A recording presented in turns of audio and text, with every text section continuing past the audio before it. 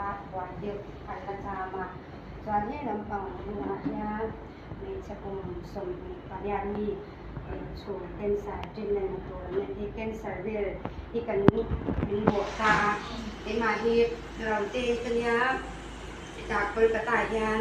September 2019 จังกับสุขตาตาตาส่วนเองมีส่วนกันปันสตาส่วนสตาฟนายสถานกลุ่มขัดเวทกลุ่มแบบเขาก็จะมีหัว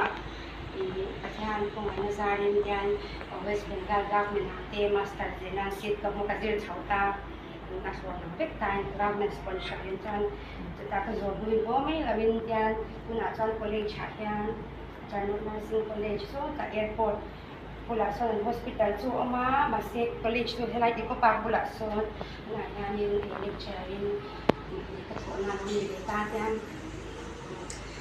di mizo hi na be kan san na ni kan tak ema yanin ikanda tu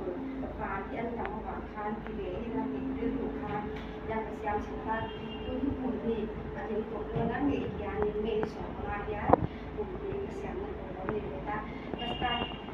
selain itu kasun mungkin kan startup ni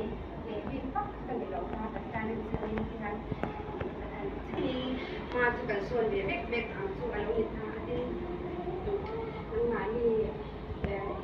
mani na pana itu pun angsi itu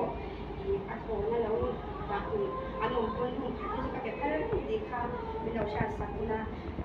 kasihan kira jangin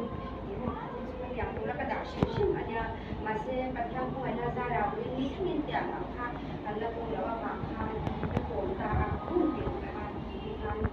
kalau bagi tuan teman atas tempoh hujan saya itu makan dan coba semua saya hari itu ni kan ni